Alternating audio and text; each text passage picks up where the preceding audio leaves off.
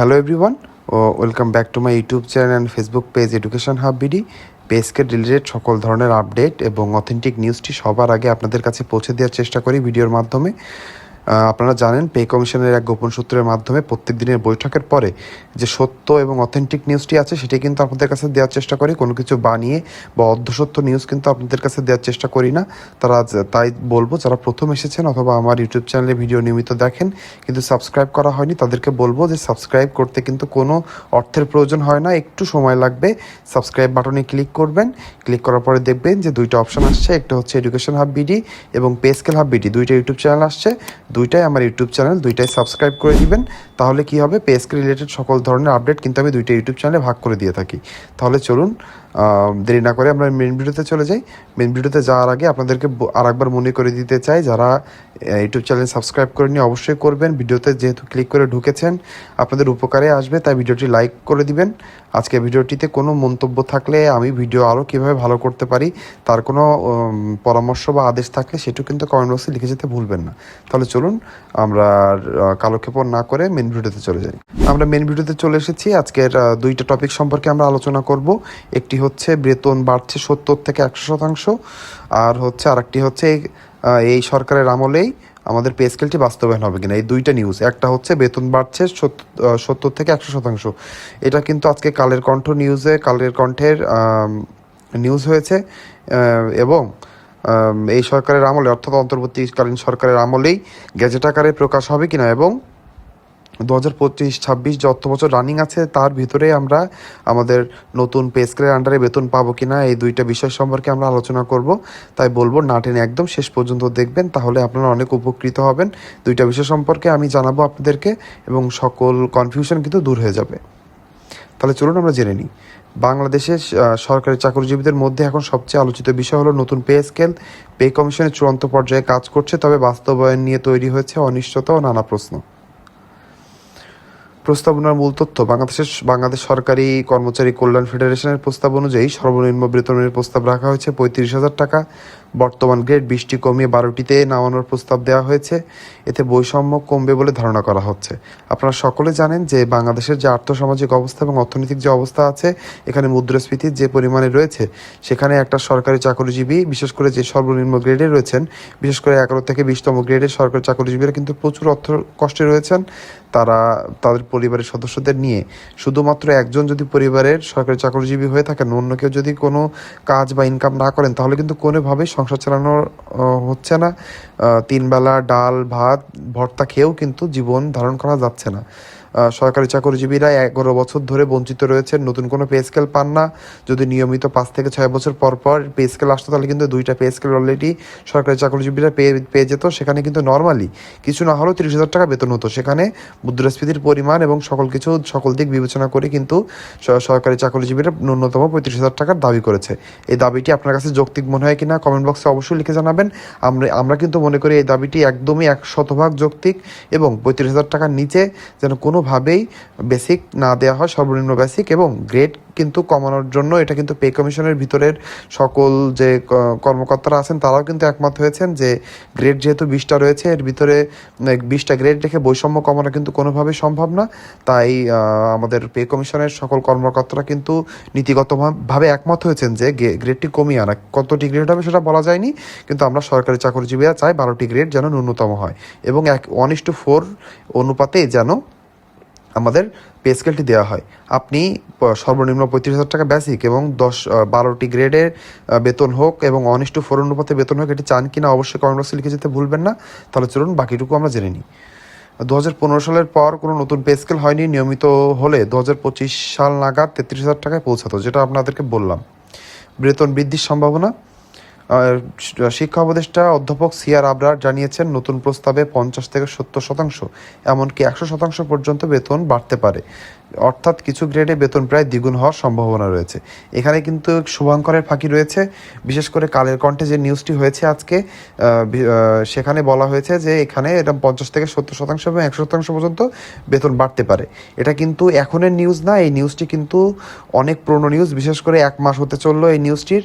কেননা এটা কিন্তু যখন আমাদের এমপিওভুক্ত শিক্ষকরা যখন তাদের বাড়ি ভাড়া এবং অন্যান্য সুযোগ সুবিধা বাড়ানোর জন্য যখন আন্দোলন করছিলেন, তখন কিন্তু সিআর আবরার স্যার এইচএসসি রেজাল্টের সময় এসে এই কথাটি বলেন, যেখানে তিনি উল্লেখ করেন যে বেতন কিন্তু সকলের সমান অনুপাতে বাড়বে না, বিশেষ করে যারা শেষের দিকে আছেন তাদের 100% হারে বেতন বৃদ্ধি পেতে পারে এবং শেষ থেকে শুরুর দিকে, তার মানে সর্বনিম্ন গ্রেড থেকে সর্বোচ্চ গ্রেডের দিকে কিন্তু বেতন বৃদ্ধির অনুপাত কমতে থাকবে। তাই দেখা যাবে যে যারা একেবারে প্রথমের দিকে আছেন তাদের হয়তো 50% পরিমাণ বা তার একটু বেশি বেতন বাড়তে পারে, এবং বিশেষ করে 11 থেকে 20তম বা 12 থেকে 20তম গ্রেডের যারা আছেন তাদের কিন্তু 100% পরিমাণ বেতন বাড়তে পারে। এটা কিন্তু এখনও নিউজ না। আপনাদের একটি অনুরোধ থাকবে যে এখন বিশেষ করে এখনই দেখবেন যে আমাদের যে মেইন স্ট্রিম মিডিয়াগুলো আছে, বিশেষ করে আমরা যে মিডিয়াগুলো সচরাচর দেখে থাকি এবং খুবই নাম করা, সেখানে কিন্তু এরকম পে স্কেল রিলেটেড উদ্ভট অনেক আর্টিকেল আসবে। সেটা দেখে আপনারা বিভ্রান্ত হবেন না। আপনারা জানেন যে সরকারি চাকরিজীবীরা কিন্তু এবার তাদের অধিকার আদায় করে ছাড়বে।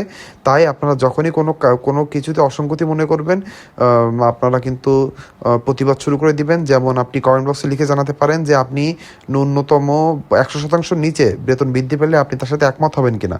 অবশ্যই কমেন্ট করে লিখে জানাবেন, তাহলে কিন্তু এই কমেন্ট থেকে আমরা একটি বড় জবাব দিতে পারবো যে আমরা ন্যূনতম 100% বেতন বৃদ্ধি না হলে কিন্তু সরকারি চাকরিজীবীরা রাজপথে নেমে তাদের অধিকার আদায় করে তাই ছাড়বে। অর্থাৎ কিছু গ্রেডের বেতন প্রায় দ্বিগুণ পর্যন্ত বাড়ার সম্ভাবনা রয়েছে। সরকারের বাড়তি এই ব্যয়ের হিসাব, বেতন দ্বিগুণ করলে বছরে সরকারের বাড়তি খরচ হবে 80,000 কোটি টাকা, করে 90% করলে 70 থেকে 75,000 কোটি টাকা এবং 80% করলে 65 থেকে 70,000 কোটি টাকা এক্সট্রা খরচ হবে। অর্থাৎ পে স্কেল বাস্তবায়ন করলে বাজেট বিশাল চাপ পড়বে, যে সরকারের অর্থনৈতিক ভারসাম্যে নাড়া দিতে পারে। এটা আমরা সকলে জানি। বর্তমানের অবস্থা ও সরকারের পরিকল্পনা, পে কমিশনের সদস্যরা বর্তমানে সব প্রস্তাব ও অর্থনৈতিক প্রেক্ষাপট বিশ্লেষণ করে চূড়ান্ত সুপারিশ তৈরি করার শেষ ধাপে রয়েছেন। পে কমিশনের সভাপতি জাকির আহমেদ খান বলেছেন, কার্যক্রম দ্রুত গতিতে চলছে, আমরা নির্ধারিত সময়ের মধ্যে রিপোর্ট জমা দিতে পারবো। আপনারা সকলে জানেন রিপোর্ট জমা দেওয়ার শেষ সময় কিন্তু ডিসেম্বরের শেষ, তার মানে 2015 সালে যখনই শেষ হবে তার আগেই কিন্তু পে কমিশনের চূড়ান্ত যে রিপোর্ট সেটা জমা দেওয়ার কথা বলা হয়েছে। কমিশনের এক সদস্য স্পষ্ট করে জানিয়েছেন, আমাদের দায়িত্ব শুধু সুপারিশ দেওয়া পর্যন্ত, বাস্তবায়ন সরকারের সিদ্ধান্ত। তার মানে পে কমিশন কিন্তু তাদের যে চূড়ান্ত খসড়া আছে সেটা কিন্তু সরকারের কাছে হস্তান্তর করবে এবং সরকার অর্থাৎ অন্তর্বর্তীকালীন সরকারই কিন্তু এটি বাস্তবায়ন করবে এবং গেজেট আকারে প্রকাশ করবে। বাস্তবায়ন নিয়ে কী কী শঙ্কা রয়েছে তারা জেনে নিই, চলেন। বিশেষজ্ঞরা আশঙ্কা করছেন এই সরকারের মেয়াদে নতুন পে স্কেল কার্যকর নাও হতে পারে, কারণ ডিসেম্বরের মধ্যভাগ থেকে নির্বাচন তফসিল, রোডম্যাপ ও প্রশাসনিক ব্যস্ততা শুরু হবে। এতে সরকারের পক্ষে নতুন স্কেল বাস্তবায়নে মনোযোগ দেওয়া কঠিন হয়ে পড়বে। তাছাড়া বাজেট ঘাটতিও বড় বাধা হয়ে দাঁড়াতে পারে।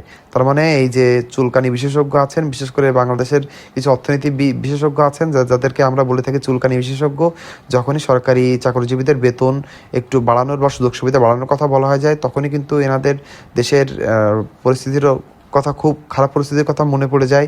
দেশে যে 11 বছর ধরে কোনো পে স্কেল দেওয়া হয় না, সেখানে কিন্তু কোনো মুদ্রাস্ফীতি বাড়েনি। যখনই সরকারি চাকরিজীবীদের বেতন ভাতার কথা বলা হয় তখনই দেশের মুদ্রাস্ফীতির পরিমাণ বেড়ে যায়, 5 কোটি মানুষের উপরে চাপ পড়ে, দেশের বাজারের উপরে চাপ পড়ে, কত নানান হ্যান ত্যান কথাবার্তা। আপনারা কি এটি ঘৃণাভরে প্রত্যাখ্যান করেন কিনা আমার কাছে জানাবেন। আমি কিন্তু অবশ্যই এগুলো ঘৃণাভরে প্রত্যাখ্যান করি এবং কোনোভাবে সরকারি চাকরিজীবীদের এবার মূলা ঝোলানো যাবে না, মূলা তারা কোনোদিনও নিবে না এবং দরকার পড়লে তারা রাজপথে নেমে নিজের অধিকার কিন্তু আদায় করে ছাড়বে। এটা কিন্তু আমাদের শেষ সুযোগ এবং সরকারি চাকরিজীবীরা কিন্তু এবার পিছপা হবে না।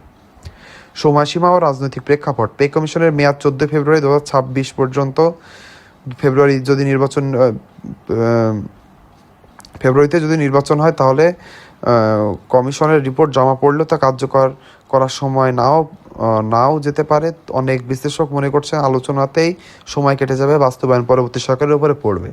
এটা কিন্তু কোনোভাবে আমরা মেনে নেব না। আমাদের কথা হচ্ছে 2026 সালের জানুয়ারি মাস থেকেই আমাদের নতুন পে স্কেল অর্থাৎ নবম পে স্কেলটি চালু করতে হবে এবং জানুয়ারি মাসের বেতন যেন সরকারি চাকরিজীবীরা ফেব্রুয়ারি মাস থেকে তার সুযোগ সুবিধা ভোগ করতে পারেন, এটি কিন্তু আমাদের নিশ্চিত করতে হবে। সরকারের দৃষ্টিভঙ্গি জেনে নিই। অর্থ উপদেষ্টা ডক্টর সালেউদ্দিন আহমেদ জানিয়েছেন, সরকার চায় এই মেয়াদে নতুন পে স্কেল বাস্তবায়ন করতে। তিনি আশাবাদী যদি ডিসেম্বর বা জানুয়ারির মধ্যে রিপোর্ট জমা পড়ে তাহলে দ্রুত সময়ের মধ্যেই তা কার্যকর করা সম্ভব হবে। তার মানে বুঝতে পারলেন আমাদের কিন্তু অর্থ উপদেষ্টা কিন্তু পজিটিভ মাইন্ডে আছেন, তিনি কিন্তু পজিটিভ কথাবার্তাই বলছেন। কিন্তু আমরা কিন্তু কোনোভাবে চুপ থাকবো না, আমরা আমাদের নিজের জায়গা থেকে সোচ্চার থাকবো এবং জানাবো যে সরকারি চাকরিজীবীরা কিন্তু এবার কিন্তু পে স্কেল না নিয়ে যাবেই না। আমরা ভিডিও শেষ অংশে একটু সারসংক্ষেপ জেনে নেব। নতুন পে স্কেলে বেতন বাড়তে পারে 70 থেকে 100% পর্যন্ত। সর্বনিম্ন বেতন হতে পারে 35,000 টাকা। সরকারের অতিরিক্ত ব্যয় দাঁড়াতে পারে 65 থেকে 80,000 কোটি টাকা পর্যন্ত। পে কমিশনের মেয়াদ থাকবে 14 ফেব্রুয়ারি 2026 পর্যন্ত। তবে নির্বাচন ও বাজেট সংকটের কারণে বাস্তবায়ন এখনও অনিশ্চিত। তার মানে আমরা জেনে নিলাম আজকের এই ভিডিওটির সর্বশেষ আপডেট, 2টি আপডেট সম্পর্কে জেনে নিলাম। আপনি এই আপডেটগুলো নিয়ে কী ভাবছেন, এবং যেটা আপনাদেরকে বলেছি আবার বলে দিই, আপনি সর্বনিম্ন গ্রেডের বেতন 35,000 টাকা, 12টি গ্রেড এবং 1:4 অনুপাতে বেতন চান কিনা সেটি লিখে যেতে বলবেন না কমেন্ট বক্সে। তাহলে আজকের ভিডিওটি এ পর্যন্তই। সবাইকে শেষ পর্যন্ত ভিডিওতে থাকার জন্য অনেক অনেক ধন্যবাদ।